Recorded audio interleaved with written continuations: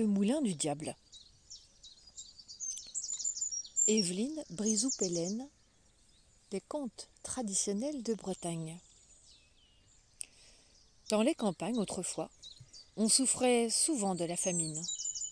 La tentation était alors grande de faire n'importe quoi pour manger à sa faim, même le plus risqué. Le moulin du diable. Dans un petit hameau proche de Guérande, vivait un paysan qui s'appelait Yves Kerbic. Il était très pauvre, comme tous les paysans des alentours.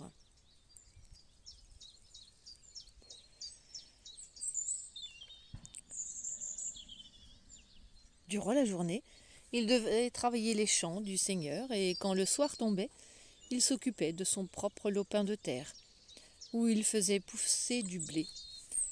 Malheureusement, le hameau n'avait pas de moulin et les paysans, déjà très pauvres, devaient encore payer plusieurs sacs de blé pour avoir le droit de faire moudre leur grain au moulin du seigneur.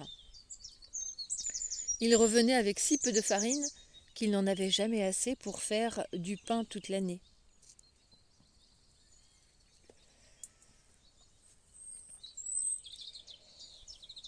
Immanquablement, quand arrivait le mois de mars, les huches étaient vides et la famine s'installait.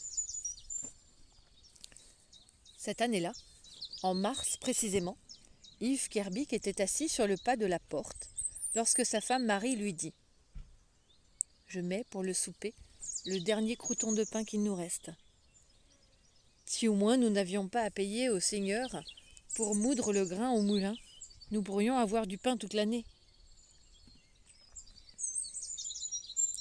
C'est vrai, dit Yves.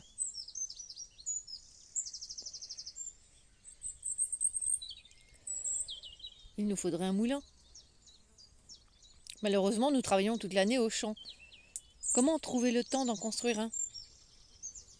Il avait à peine dit ces mots qu'un serpent sortit de terre à ses pieds.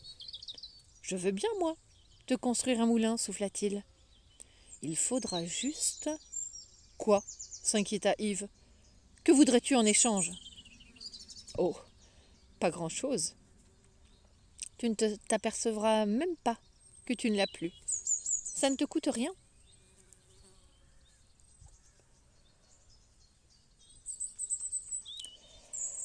« Mais de quoi parles-tu » s'énerva Yves. « De ton âme. »« Mon âme ?» Marie s'approcha en criant. « Ne fais pas ça, Yves, c'est le diable.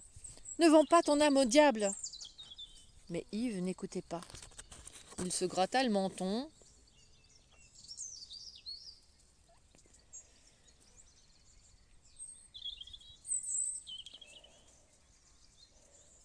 Tu dis que tu me construiras un moulin ? Un moulin magnifique, tout en granit, sur la butte que tu vois là. » « C'est bon, acquiesça Yves. Construis le moulin et mon âme est à toi. Je signerai le pacte au moment où tu poseras la dernière pierre. » Marie se mit à pleurer, mais il n'y avait plus rien à faire.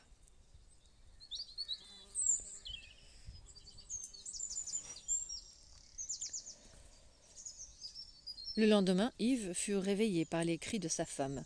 « Yves, oh Yves, une rangée de pierres est déjà créée, posée sur la butte du crémeur.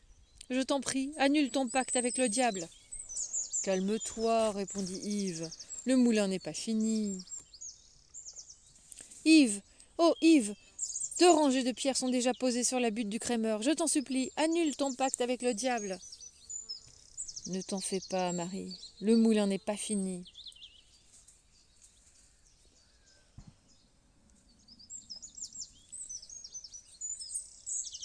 Yves, oh Yves, il ne manque plus qu'une rangée de pierres. Il est encore temps d'annuler le pacte. Tranquillise-toi, Marie. C'est toute une rangée de pierres qui n'est pas encore posée. Oh Yves, Yves, il ne manque plus qu'une pierre. Rassure-toi, Marie, c'est une pierre qui ne sera pas posée. Yves se précipita vers le moulin et avant que le diable n'ait eu le temps de poser sa dernière pierre, il mit à la place une statue de la Vierge Marie, la mère de Jésus que le diable détestait. D'ailleurs, il poussa un hurlement si épouvantable que toute la contrée en trembla. Puis, il s'évanouit en fumée et disparut dans la terre. C'est ainsi qu'Yves Kerbic eut son moulin et garda son âme.